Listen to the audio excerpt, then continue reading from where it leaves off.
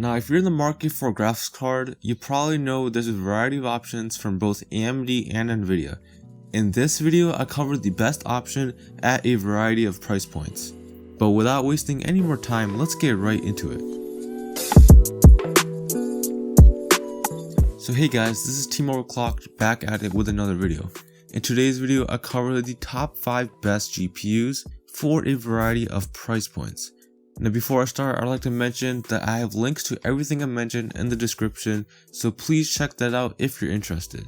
But without wasting any more time, let's get right into it. Now to start it off, we have the MSI RX 560. This is $105 but comes with a $15 mail-in rebate, which knocks the price down to $90.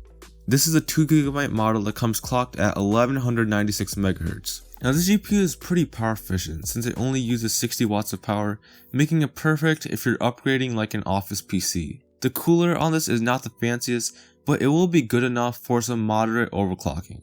Now this GPU will be great for playing MMOs like League and Dota 2, as it can run those kinds of games at 1080p max settings with above 60 FPS. In more modern titles like Battlefield 5 and Assassin's Creed Odyssey, you can get a playable experience at 1080p medium to high settings as well. Honestly, this is a great GPU if you're on a budget or if you're just upgrading a pre-built.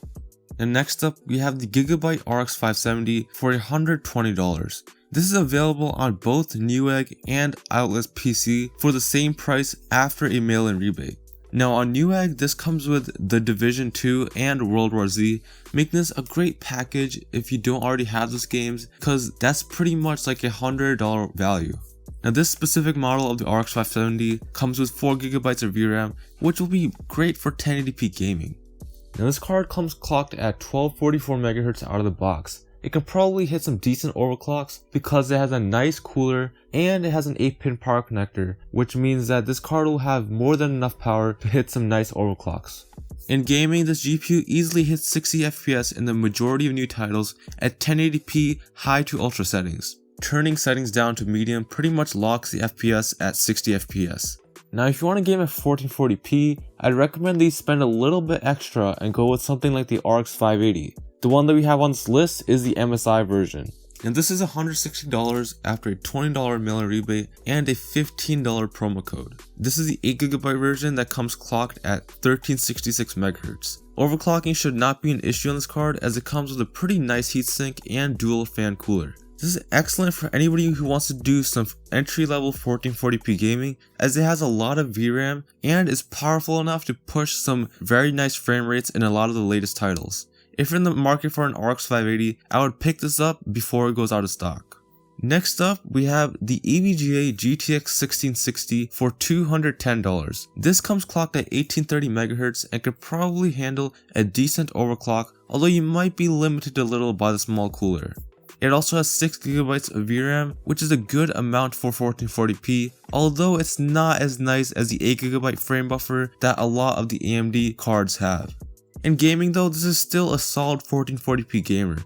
It can run most games at medium to high settings with close to 60 FPS. This is definitely a solid option for $200. Now last but not least, we have the Asus RTX 2060, which is $320 after a $30 promo code. This is one of Nvidia's newest GPUs and does well for its price. Once again, it has 6GB of VRAM, which is fine in most games right now, but it might become limiting in the future. If you can pick up an RX Vega 64 for around the same price, I would go with that simply because it already is a little more powerful and it does come with more VRAM. The only problem with the RX Vega 64 is it's priced at around $50 to $60 more than this card, and it doesn't offer that much more performance.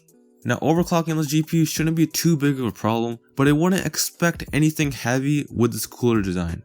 In games, you'll definitely be able to max out the latest titles at 1440p, 60 FPS or more, which is the ideal experience if you're gaming at this resolution. Altogether, this is an excellent option if you want to game at 1440p and want to be able to max out pretty much any game you come across. Once again, I have links to everything I've mentioned in the description, so check that out if you're interested. I'll also have some alternative graphics cards down there if one of the models I discussed in this video goes out of stock. If you have any questions or need help figuring out a GPU specifically for your rig, then leave a comment down below and I'll help you out there. But yeah guys, that's all for today. If you liked the video, please be sure to hit the like button. If you didn't like it, please dislike this video and subscribe for more content, and I'll see you guys in the next one.